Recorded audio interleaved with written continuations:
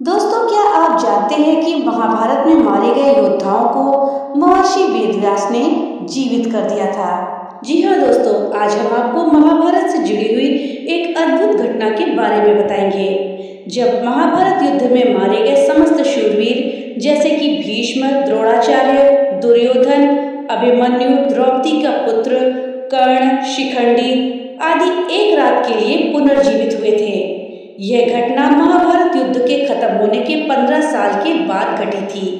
इस जानकारी के लिए वीडियो में हमारे साथ अंत तक बने रहिएगा, जिससे कि आपको सही और सटीक जानकारी प्राप्त हो पाए। दोस्तों, राजा बनने के पश्चात हस्तिनापुर में युधिष्ठिर धर्म और न्यायपूर्वक शासन करने लगे। युधिष्ठिर प्रतिदिन धृतराष्ट्र और गांधारी का आशीर्वाद लेने के बाद ही अन्य काम करते थे। इस प्रकार अर्जुन, नकुल, सहदेव, द्रौपदी आदि भी सदैव धृतराष्ट्र और गांधारी की सेवा में लगे रहते थे। लेकिन भीम के मन में धृतराष्ट्र के प्रति हमेशा द्वेष की भावना ही रहती थी। भीम धृतराष्ट्र के सामने कभी ऐसी बातें भी कह देते थे जो कहने योग्य नहीं होती थी। इस प्रकार धृतराष्ट्र गांधारी को पांडवों के साथ रहते रहते 15 साल गुजर गए। एक दिन भीम ने धृतराष्ट्र और गांधारी के सामने कुछ ऐसी बातें कह दी जिसे सुनकर उनके मन में बहुत शोक हुआ। तब धृतराष्ट्र ने सोचा कि पांडवों के आश्रम में रहते हुए अब बहुत समय हो चुका है, इसलिए अब वानप्रस्थ आश्रम में रहना ही उचित होगा।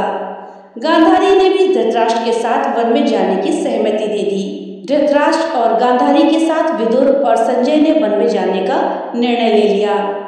वन जाने का विचार कर धृतराष्ट्र ने युधिष्ठिर को बुलाया और उनके सामने पूरी बात कह दी। पहले तो युधिष्ठिर को बहुत दुख हुआ, लेकिन बाद में महर्षि वेदव्यास के कहने पर युधिष्ठिर मान गए। जब युधिष्ठिर को ये पता चला कि धृतराष्ट्र और गांधारी के साथ विदुर और संजय भी वन को जा रहे हैं, तो उनके शोक की कोई सीमा नहीं रही। धृतराष्ट्र ने बताया कि वो कार्तिक मास की पूर्णिमा को वन के लिए यात्रा करेंगे। वन जाने से पहले धृतराष्ट्र ने अपने पुत्रों और अन्य परिजनों के श्राद्ध के लिए युधिष्ठिर से धन मांगा। भीम ने देशतावश धृतराष्ट्र को धन देने से इनकार कर दिया। तब युधिष्ठिर ने उन्हें बहुत फटकार लगाई और धृतराष्ट्र को बहुत सा धन देकर श्राद्ध कर्म संपूर्ण करवाया। तय समय पर धृतराष्ट्र, गांधारी, विदुर और संजय ने वन की यात्रा प्रारंभ कर दी। इन सभी को वन जाते देखकर पांडवों की माता कुंती ने भी वन में निवास करने का निश्चय लिया। पांडवों ने उन्हें समझाने का बहुत प्रयास किया, लेकिन कुंती भी धृतराष्ट्र और गांधारी के साथ में वन को चली गई। धृतराष्ट्र आदि ने पहली रात गंगा नदी के तट पर बिताई। कुछ दिन वहां रुकने के बाद धृतराष्ट्र, गांधारी, कुंती, विदुर और संजय कुरुक्षेत्र आ गए। यहाँ महर्षि वेदव्यास से वनवास की दीक्षा लेकर ये सभी महर्षि शतयूप के आश्रम में निवास करने लगे। वन में रहते हुए धृतराष्ट्र घोर तप करने लगे। तब से उनके शरीर का मांस सूख गया। सिर पर महर्षियों की तरह जटा धारण कर वे और भी कठोर तप करने लगे। तब से उनके मन का मोह दूर हो गया। गांधारी और कुंती भी तप में लीन हो गई। विदुर और संजय इनकी सेवा में लगे रहते और तपस्या किया करते। इस प्रकार वन में रहते हुए धृतराष्ट्र आदि को लगभग 1 वर्ष बीत गया। इधर हस्तिनापुर में एक दिन राजा युधिष्ठिर के मन में वन में रह रहे अपने परिजनों को देखने की इच्छा हुई। तब युधिष्ठिर ने अपनी सेना प्रमुखों को बुलाया और कहा, वन में जाने की तैयारी करें। मैं अपने भाइयों और परिजनों के साथ वन में रह रहे महाराजा धृतराष्ट्र, माता गांधारी और कुंती आदि के दर्शन करूंगा। इस प्रकार पांडवों ने अपने पूरे परिवार के साथ वन में जाने की यात्रा प्रारंभ कर दी। पांडवों के साथ वे नगरवासी भी थे जो धृतराष्ट्र आदि के दर्शन करना चाहते थे। वीडियो में आगे बढ़ने से पहले आपसे एक छोटी सी रिक्वेस्ट है कि अगर अभी तक आपने वीडियो को लाइक नहीं किया है तो कृपया वीडियो को लाइक कर दें और ज़्यादा से ज़्यादा शेयर करें, जिससे कि ये जानकारी अधिकतर लोगों तक पहुंच पाए। और हाँ, अगर चैनल पे नए आए हैं तो चैनल को सब्सक्राइब कर दें और बेल आइकन दबाना ना भूलें, जिससे कि मेरी वीडियो सबसे पहले आप तक पहुँच सके। तो चलिए वीडियो में आगे बढ़ते हैं। पांडव अपने सेना के साथ चलते चलते उस स्थान पर आ गए जहाँ धृतराष्ट्र, गांधारी और कुंती रह रहे थे। जब युधिष्ठिर ने उन्हें देखा तो वो बहुत प्रसन्न हुए और मुनियों के वेश में अपने परिजनों को देखकर उन्हें शोक भी हुआ। धृतराष्ट्र, गांधारी और कुंती भी अपने देखकर बहुत प्रसन्न हुए। जब युधिष्ठिर ने वहां विदुर जी को नहीं देखा तो धृतराष्ट्र ने उनके बारे में पूछा। धृतराष्ट्र ने बताया कि वो कठोर तप कर रहे हैं। तभी युधिष्ठिर को विदुर उसी ओर आते हुए दिखाई दिए, लेकिन आश्रम में इतने सारे लोगों को देखकर विदुर जी पुनः लौट गए। युधिष्ठिर उनसे मिलने के लिए उनके पीछे पीछे दौड़े। तब वन में एक पेड़ के नीचे उन्हें विदुर जी खड़े हुए दिखाई दिए। उसी समय विदुर जी के शरीर से प्राण निकल गए और युधिष्ठिर में समा गए। जब युधिष्ठिर ने देखा कि विदुर जी के शरीर में प्राण नहीं है तो उन्होंने उनका दाह संस्कार करने का निर्णय लिया। तभी आकाशवाणी हुई कि विदुर जी संन्यास धर्म का पालन करते थे, इसलिए उनका दाह संस्कार करना उचित नहीं है। यह बात युधिष्ठिर ने जाके धृतराष्ट्र को बताई। युधिष्ठिर के मुख से यह बातें सुनकर सभी को बहुत आश्चर्य हुआ।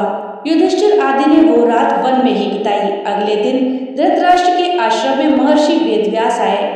जब उन्हें पता चला कि विदुर जी ने शरीर त्याग दिया तब उन्होंने बताया कि विदुर धर्मराज यमराज के अवतार थे और युधिष्ठिर भी धर्मराज का ही अंश है, इसलिए विदुर के प्राण युधिष्ठिर के शरीर में समा गए हैं।